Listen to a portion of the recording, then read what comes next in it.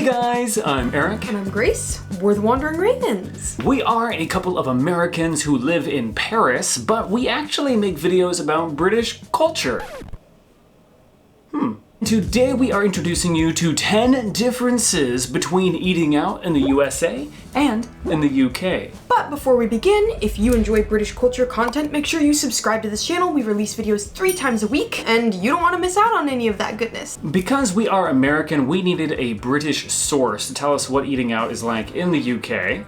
And for that source, we are relying on the BBC. This is an article called Eating Out, 10 Differences Between Britain and America. And what we're gonna do is we're gonna read you what the BBC says, and then we're gonna share our American perspective to let you know if the article is accurate, and then also share our experiences eating out and going out, as Mickey Flanagan says, in the UK. These people are going out properly. These people are going what we like to call out.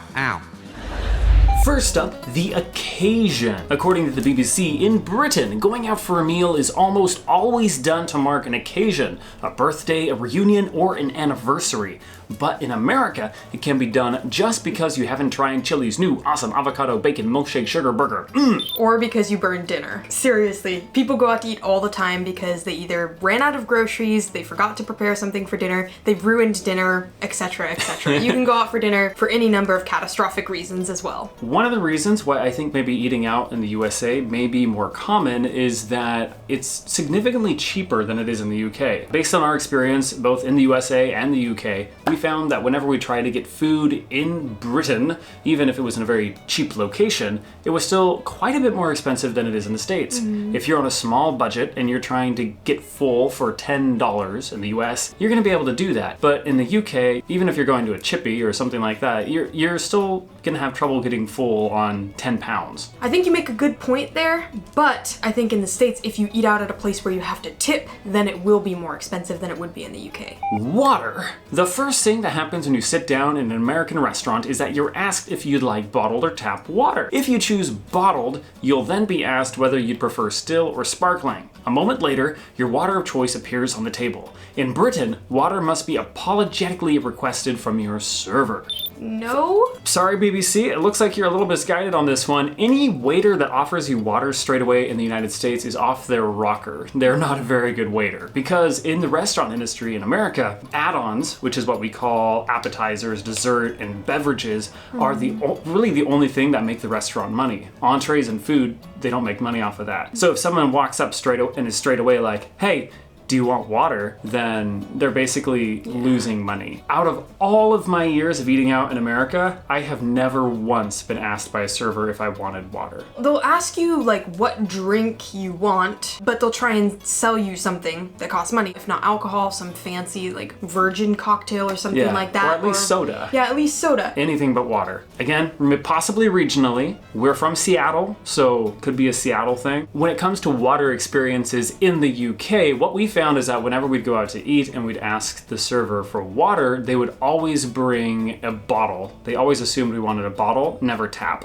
We had to specifically ask for tap water. Does that match your experience if you're British? If you're eating out in the UK, do you need to specifically ask for tap water? Substitutions. In the US, it's perfectly acceptable to customize your order. In the UK, you get what you're given, and if you don't like it, well, you can jolly well go and eat somewhere else. Yeah, this one is definitely spot on. As we mentioned, we were servers, and it was so difficult and annoying to be a server and to be at that table, and they make 1,000 substitutions to their dish. For example, this is a true story. I had people order a soup that we had called the chicken gnocchi soup, except they requested that it be made without chicken and without gnocchi.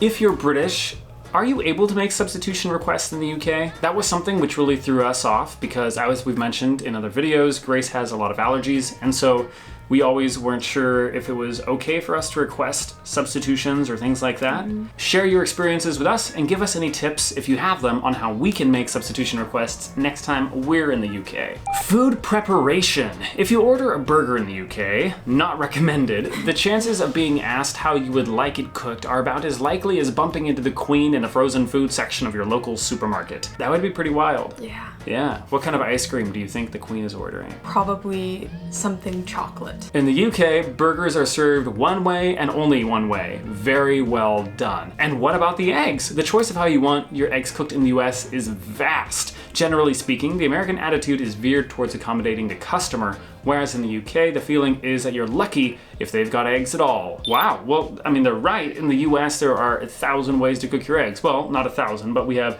over easy, over medium, over hard, sunny side up, soft boiled, hard boiled. There's a lot of different ways you can cook your eggs. And then when it comes to ordering a burger or a steak or meat, then you'll be asked how you want that done. And, of course not at McDonald's, but if you go to a restaurant, they'll ask you how you want it done, and you can have it rare, medium, medium well, or well done. I'm not even joking. When we go out to eat and we have like steak or a burger patty of any kind, I would get decision-making anxiety. Like, it's like, oh my gosh, there's too many options. I have no idea. Can you just like show me what each of these means? To that end, when I was a server, I would literally carry a paper that had pictures of all the different ways you could get your steak done. Point to the pinkness that you prefer. I do have one question about this food preparation one. So it said at the very beginning, if you order a burger in the UK, not recommended. Why is it not recommended? Are British burgers not good? Service. There is a huge difference in the attitude towards waiters on either side of the pond. In the US, waiting tables is a good service job that people are proud to do well. Thus, they are treated by customers as consummate professionals. Definitely not. In Britain, waiters tend to be treated more like servants, and the customer finds the relationship slightly embarrassing. Hence the way a Brit might ask for something as simple as a glass of water. Excuse me, terribly sorry, but do you think it might be at all possible for me to maybe get some water, please?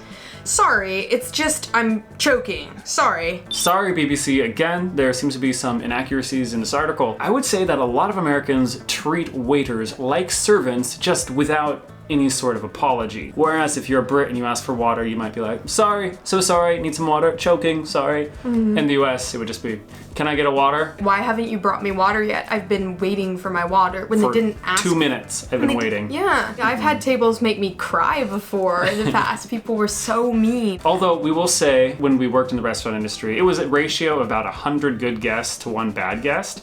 But that one bad guest out of 100 is really bad. Waiting tables in the States is generally a pretty good job if you don't live in a state where the minimum wage is $2 an hour. Yeah. So, for example, in Seattle, minimum wage is $15 an hour, and then on top of that, you make tips. So if you're a server there, you're making at least $20 an hour, and I know a lot of servers that make 30, 40, 50, or even upwards of that per hour. So it is a good job. You can make a lot of money, but it is not seen as a good job. Now, whenever you're a server, people will always ask you, what do you really want to do? And so even if you're someone who is a professional server, there are people that do that as their entire career, then you're constantly going to be having family and friends always asking you, when are you going to get a real job? Next up, free refills. Per the BBC, coffee and soft drinks will often gladly be refilled with compliments in the United States. A lot of the time it's done proactively by the servers, and they'll keep doing it until you're so high on caffeine that you're bouncing off the walls. Bills or checks can mount up pretty quickly in the UK if the kids are slurping down 3 or 4 Cokes per meal. This is true, and is something that I really missed when we were in the UK, was free refills on coffee. Because in the States, if you do order a filter coffee, then you're going to be getting free refills on that for the entire time that you're sitting down eating. And yes, also as a server in the States, it is your job to make sure that the customer's glass is always full. If it gets empty, it's a sign of bad service. And so when I was a server, I'd always be carrying my iced tea pitcher around, topping people's drinks off all the time. It's probably not very healthy, though, to have unlimited Coke. No, you shouldn't. Just because it's an option doesn't mean you should. Complaining and sending food back. It is set out in America's Bill of Rights that restaurant patrons are entitled to send dishes back to the kitchen as freely and as often as they see fit until they are completely satisfied. This is true. It is in the Bill of Rights. Brits, on the other hand, find the process of complaining too painfully embarrassing to be worth getting what they actually ordered. Even if Brits find a sock in their soup, they'd sooner eat it than cause any bother. I think this kind of goes along with confrontation. I think Americans are naturally more ready to get into confrontation than Brits are, or at least from what we've heard, Brits are very non-confrontational. Or at least English people. Yeah. Southern English people. Except for those few you want to fight people. For the most part, we've heard that English people, especially, are not very confrontational. I think for ourselves, yes, we have sent dishes back before, but In my mind, I rationalize and I justify it because I'm like, I'm paying for this thing. And if I get a thing that has hair in it, Or it's not the dish you ordered. yeah, or it's completely different, I'm not just gonna like sit there and eat it because I'm having to pay 15 or 20 bucks for Yeah. this. So why would I pay for something terrible? Within the American culture, it's fine to do that. If you're British, what is your experience like with complaining about food? If you don't like the meal that you got, can you send it back? Can you request something else? And I have one question. At what point, as a Brit, would you send your food back? Ooh, So, yeah. at what point? Like, if it has hair in it, would you just, like, ignore that? If it's completely the wrong dish, would you ignore that or would you send it back? At what point does it go too far? Doggy bags. There seems to be an unfair stigma attached to the American custom of taking your leftovers home in a bag. So, first difference there, we would not call them doggy bags in the States. Only old people in the States call them doggy bags, but most people nowadays call them to go. So we'd be like, oh, I'm done with this. Can I get it to go, please? Something like that, like to go containers, to go bags. Also, the article is right on this point. In America, it's customary to take your leftover food home. In fact, I think it's actually expected. As a server, when I was clearing people's plates,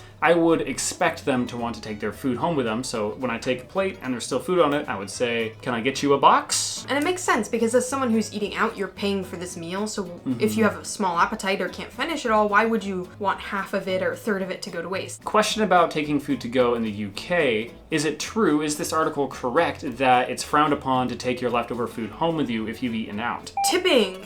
This is probably the biggest and most obvious difference. First-time British visitors to America never fail to be completely flummoxed by the custom of tipping. They feel cheated by it. But what they don't realize is that a lot of American waitstaff don't get paid an hourly wage and are reliant solely on tips for income. Problems arise in the US if the service happens to be below par. Brits feel they shouldn't leave any gratuity for poor service. But really, they're just being cheap so they can spend the dollars on cheap Levi's. We've talked about tipping a lot in the past, so we won't recover the same ground here. If you want to hear our thoughts on tipping, do watch this video right here. Not only will you get to hear our thoughts on tipping, but you'll also learn a lot of etiquette differences between the UK and the USA. If you want to get British culture in your life 3 times a week, do make sure you subscribe to this YouTube channel. We are trying to hit 50,000 subscribers by the end of the year, so we are very thankful for your subscription. A huge thank you to our newest chuffed virtuoso, Will Potter. We really appreciate you, and we couldn't have made this video without you. Again, I'm Eric. And I'm Grace, We're the Wandering Ravens. and we'll see you guys in the next video. Bisous!